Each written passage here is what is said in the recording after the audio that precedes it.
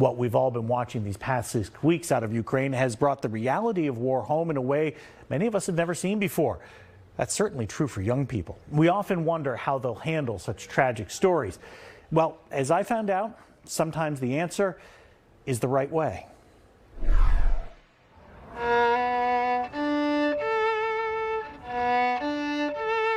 The violin, Carice Chisholm says, has done a lot for her. From the moment she picked one up at the age of 11, the Lincoln High School senior just knew they might one day do wonderful things together. Really great experience, and it still is. It's been pretty much the source of my entire friend group from like 6th grade to senior year.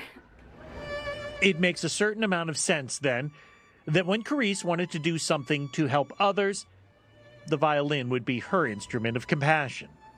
I can't do much, but I can do this, so figured give it a shot.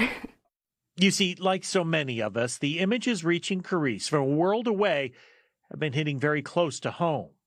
Still, what could a young woman from San Jose do about it? Well, this. For the past 3 weeks, Carice has been playing on the streets of downtown Campbell, asking for donations for Ukrainian refugees. When you take an initiative, your actions don't have to be monumental to be worthwhile. Just a few miles away, and a full decade younger, we found someone else who clearly feels the exact same way. The war.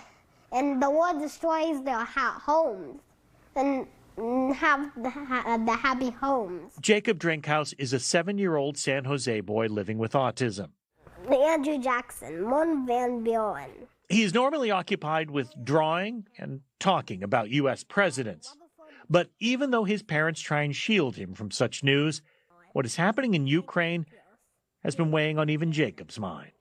One day not long ago, Jacob approached his parents with a letter he had written to President Putin, asking Why to are stop you the doing war. this to our people? This war I don't like, and I want you to stop it. Jacob now. made his father promise to share his letter with the news, which is how we heard about it. And many families and children are dying, and they don't have food, and they're homeless, and they give up, and they're hopeless. The words and music of young people, not just trying to make sense of a troubled world, but make it better.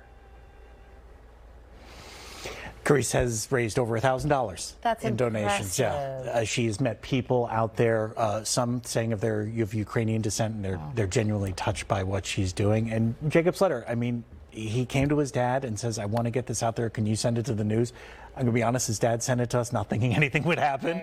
Right. But when I saw it, it touched something in me that I've been thinking a lot, I mean, as a dad, about what our kids think about this. And to see a 7-year-old boy like that, who it's gotten down to him, and he thinks about these things and then would take the action to try and do something about it, I thought deserves some recognition. It shows the amount of compassion that children have, right? Sometimes exactly. They have so much more than we have as adults. Very true. That's wonderful. Thank you, Garvin.